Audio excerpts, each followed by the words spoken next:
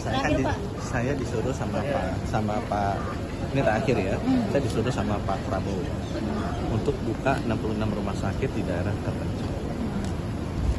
Contohnya Nias. Udah pernah ke Nias? Belum. Saya ke Taliabu. Udah pernah ke Pulau Taliabu?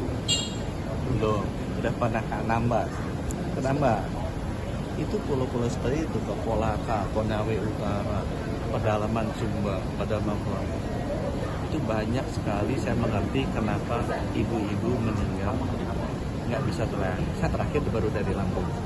Bupatinya, gubernurnya nunjukin video di mana dia masih menggotong ibu-ibu hamil naik perahu, akhirnya tidak terlayani, ini tidak ada dokter.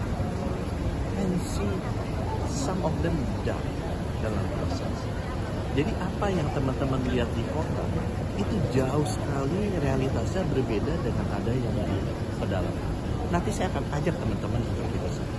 Di sana itu dokter-dokter umum dulu itu dilatih dan diizinkan dengan yang namanya, ada istilahnya, dia boleh task shifting. Jadi ada task shifting, itu istilah WHO, diperbolehkan dokter-dokter umum untuk melakukan beberapa tindakan yang menyelamatkan nyawa masyarakat. Kan orang-orang ini sudah gitu kalau mereka akan. Nah, sekarang dokter-dokter umum itu bilang ke saya, Pak, sekarang kita tuh nggak boleh secara hukum melakukan itu. Karena kita dibilang bahwa kita tidak kompeten melakukan itu karena tidak pernah dilatih lagi. Sehingga kita menonton ibu-ibu yang hamil itu wafat di daerah-daerah. Yang saya minta adalah untuk daerah-daerah yang memang tidak ada spesialis, ratusan yang nggak ada spesialisnya, tolong dokter umumnya dilengkapi dengan kompetensi-kompetensi yang sifatnya emergency, yang sifatnya menyelamatkan nyawa, agar kita tidak perlu lagi melihat masyarakat kita meninggal, ada dokternya, tapi dokternya tidak berani melakukan tugasnya karena takut mereka melanggar hukuman karena melanggar kompetensi. Urusannya dengan nyawa masyarakat. Itu yang saya minta. Dalam konteks itu saya bilang bahwa dokter-dokter ini harus diberikan task shifting. Ini sudah ada aturannya di dunia, sudah pernah juga dilakukan di Indonesia dulu.